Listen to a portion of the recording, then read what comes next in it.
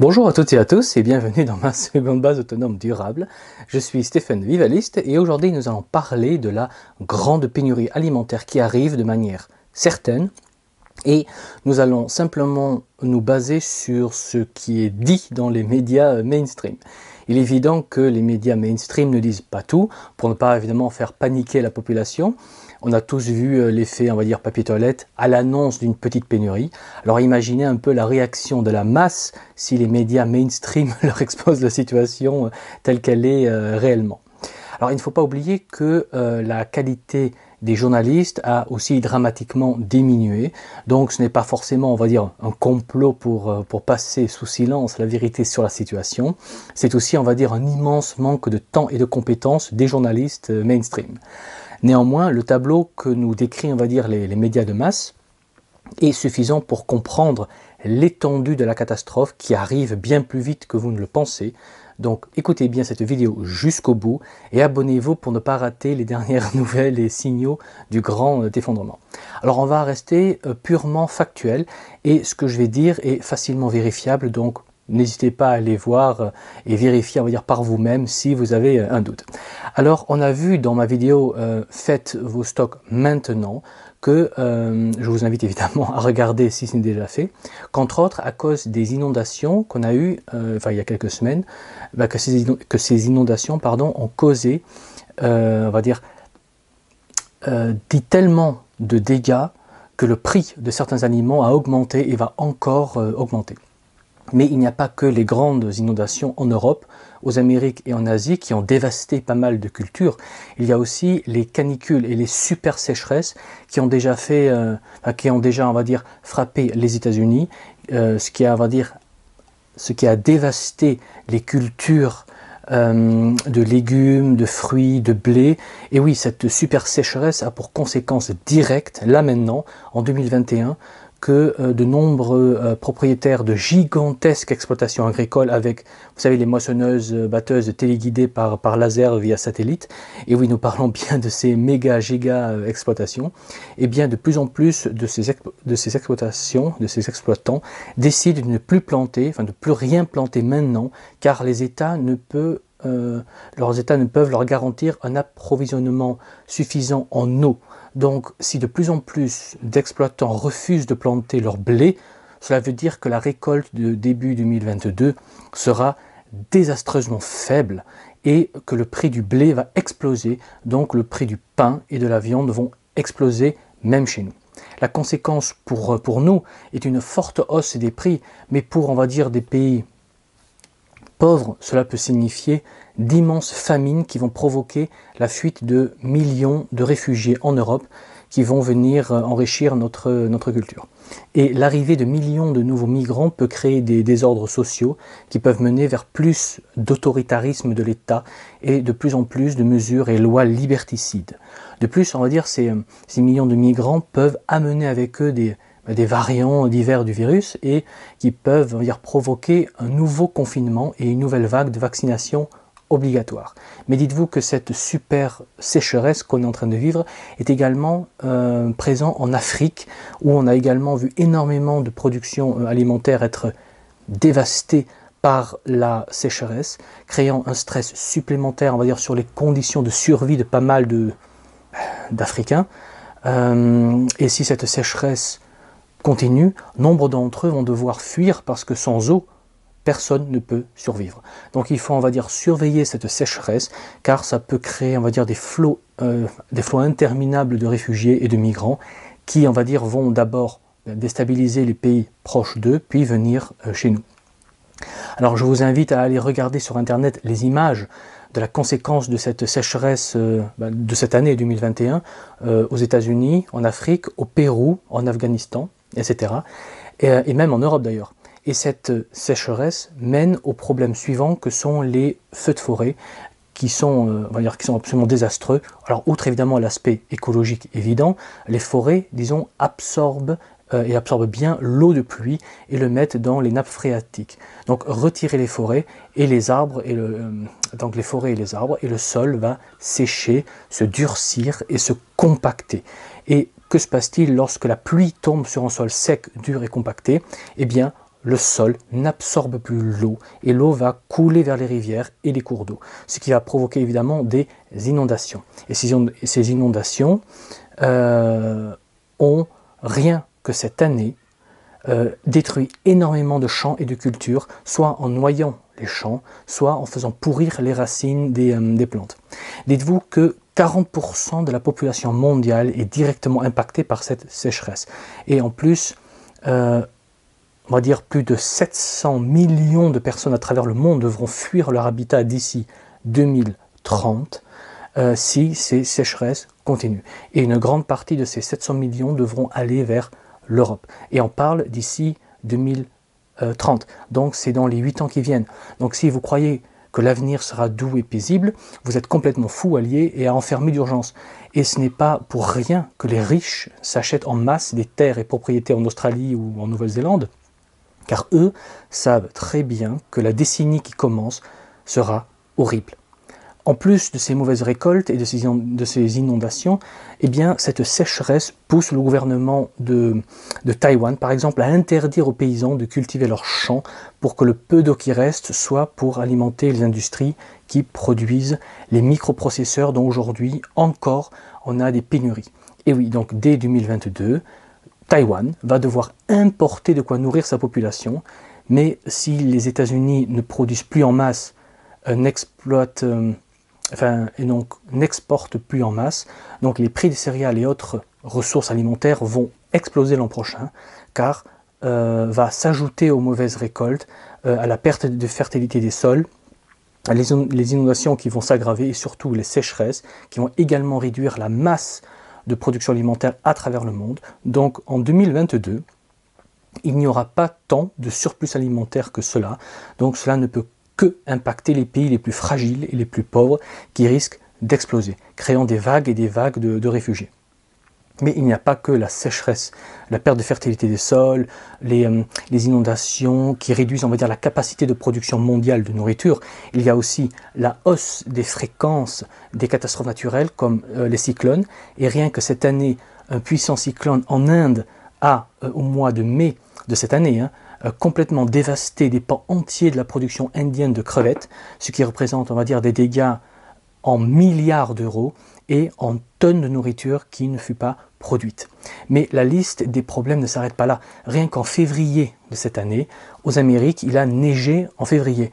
Et ce grand froid a dévasté des milliers de cultures, allant évidemment de légumes à des fruits en passant par du maïs. Et ce n'est pas pour rien que le prix du maïs américain a doublé cette année. Et j'en avais parlé dans une de mes vidéos.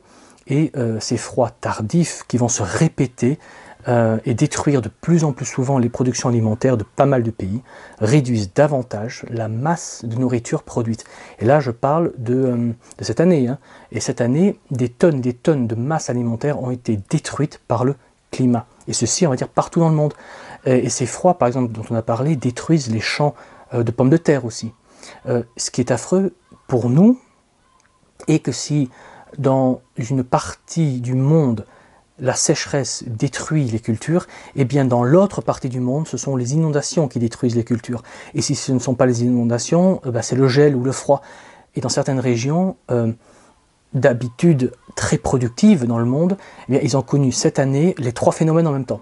Enfin, pas en même temps, mais ils ont connu les trois phénomènes. Ce qui a créé évidemment les immenses mauvaises récoltes dont je vous avais parlé dans la vidéo « Faites vos stocks maintenant », car ces mauvaises récoltes vont continuer, entre autres, à cause du climat. Et plus ces mauvaises récoltes vont persister, et plus le risque d'atteindre, on va dire, le stade final du grand collapse, du grand effondrement par le manque de ressources va se produire. Je ne plaisante pas, encore 2 années comme cette année, et c'est le grand effondrement, car là, même en France, on connaîtra la faim, la famine et les émeutes qui vont avec. Donc vraiment, surveillez le climat, surveillez les récoltes, car ces deux facteurs peuvent nous précipiter dans le grand effondrement dans moins de 2 ans. Donc vraiment, faites vos stocks avant que les prix n'explosent, travaillez à votre autonomie le plus vite possible, et si vous n'avez pas une BAD ou un réseau opérationnel, vous pouvez toujours rejoindre le clan via ma page Patreon Stéphane Vivaliste, et n'écoutez pas la masse dégueulasse des trolls, car quand l'effondrement sera là, eux ne feront rien pour vous. Le royaume et mon clan, si. Donc réfléchissez bien à qui vous allez écouter, les ricaneurs ou moi, qui vous proposent, on va dire, un vrai canot de sauvetage, alors que les ricaneurs ne vous proposent que du vent. Alors, un autre signe que les pénuries, on va dire, commencent à atteindre l'Europe est que la tonne d'huile d'olive en Europe a augmenté de 182% par rapport à l'an dernier. Et dès la fin de cette année 2021, ça va, on va dire, impacter les prix. Le prix de votre huile d'olive va exploser bientôt, donc prévoyez des stocks. Et si vous êtes sceptique, dites-vous, si vous ne me croyez pas, attendez quelques mois et comparez les prix et vous verrez par vous-même. Vraiment, faites-le et vous constaterez par vous-même que je vous avais prévenu des mois à l'avance, que vous aviez des mois d'avance pour vous organiser et que moi, j'ai fait le boulot, je vous ai prévenu à travers plusieurs vidéos même. Donc si vous n'avez pas fait vos stocks, c'est à 100% de votre propre faute.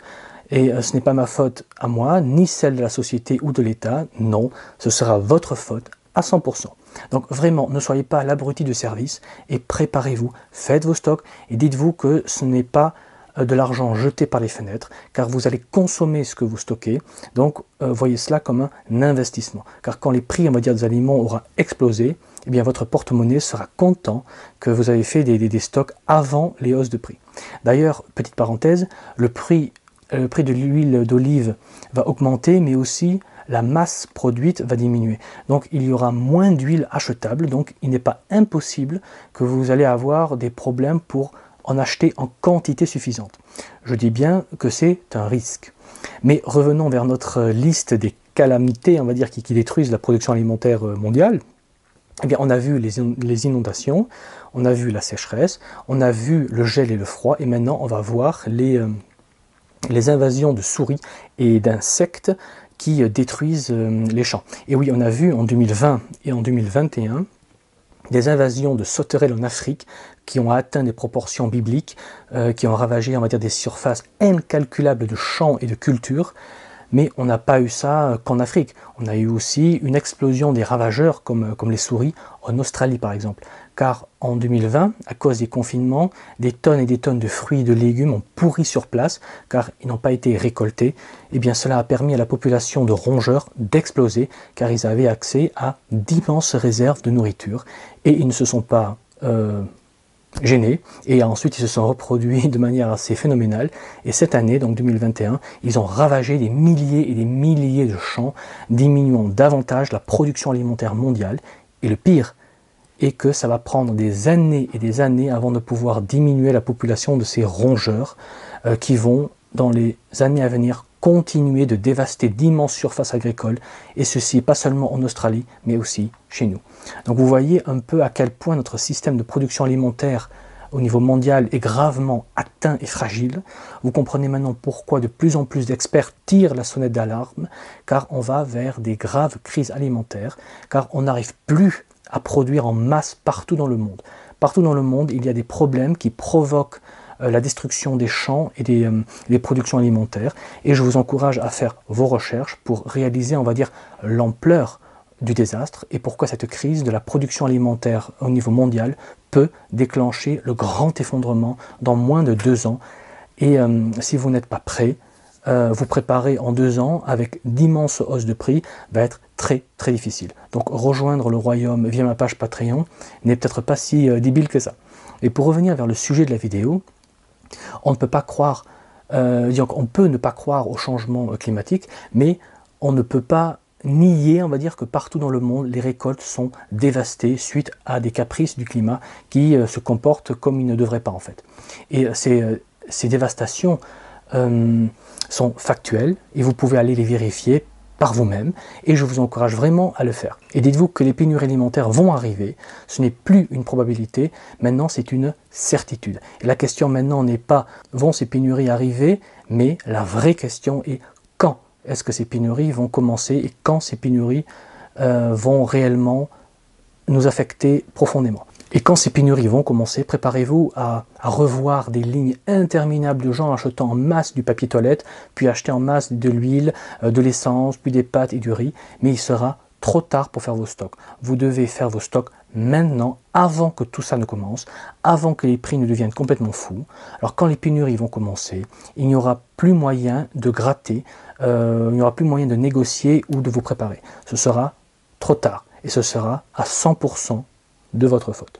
Et pour les petits malins qui disent « oui, voilà, on va aller glaner », dites-vous que, donc par glaner, on veut dire aller sur les champs après les récoltes pour récupérer les restes, eh bien ça, ce ne sera plus possible. Vu le prix des aliments, les paysans vont gratter eux-mêmes les dernières productions de leurs champs et vous ne pourrez plus aller vous servir librement. Ce sera interdit de le faire, donc je ne peux que vous encourager à faire vos stocks maintenant, pendant que vous le pouvez encore. Et je vous rappelle qu'il y a maintenant un réel danger sérieux que le grand effondrement commence dans moins de 2 ans. Je ne dis pas que ça va arriver et se passer à 100% sûr dans moins de 2 ans. Je dis que le risque est maintenant à un niveau très sérieux. Et dites-vous que ce n'est pas pour rien que des survivalistes célèbres comme Piero San Giorgio a décidé d'arrêter cette année, car il sent lui aussi qu'on arrive, enfin, on va dire très proche de la fin. Et il se concentre maintenant sur sa famille, son réseau et ses préparations. Il sait que la situation est très grave, il se prépare à fond et il a raison, donc suivez son exemple. D'ailleurs, n'oubliez pas non plus le facteur psychologique. Et oui, comme le chômage augmente dramatiquement, de plus en plus de personnes ressentent de plus en plus de stress, et enfin le stress de voir, on va dire, leur vie s'effondrer en même temps que leur pouvoir d'achat. Donc quand ils vont voir des pénuries ou un risque de pénurie, eh bien un câble va se péter en eux et ils voudront stocker pour ne pas voir leur vie davantage se dégrader, sachant qu'ils savent qu'ils, disons-le, n'ont pas tant d'argent que ça puisqu'ils sont au chômage. Donc peut-être donc que le stade final de l'effondrement ne sera pas encore commencé à ce moment-là, mais comme leur situation de ces gens-là s'est déjà effondrée, ils vont psychologiquement extrapoler leur situation sur la situation globale et croiront que le grand effondrement aura commencé et ils essaieront de faire des stocks avant l'effondrement, ce qui va évidemment créer des pénuries de manière prématurée. C'est pourquoi commencer à se préparer aujourd'hui, maintenant, avant que tout ça n'arrive, est vital et va vous permettre de rester plus serein quand la grande calamité va commencer, car vous aurez déjà fait le boulot, vous aurez déjà fait des stocks, donc vous ne serez pas, on va dire, dans une situation dramatique. Je vous rappelle que les produits alimentaires, les produits comme les articles de camping et de pêche ou de chasse partiront en premier. Donc si vous devez choisir, stockez en priorité ces articles et stockez ensuite le reste. Donc là on parle de savon, javel, papier toilette, etc. Voilà, donc une personne prévenue en vaut 2 et une personne abonnée à ma chaîne en vaut 10. Donc abonnez-vous, laissez un pouce bleu pour récompenser cette vidéo et partagez-la surtout pour aider les autres. Sur ce, je vous dis comme toujours, préparez-vous, anticipez et je vous dis à la prochaine fois. Allez, ciao!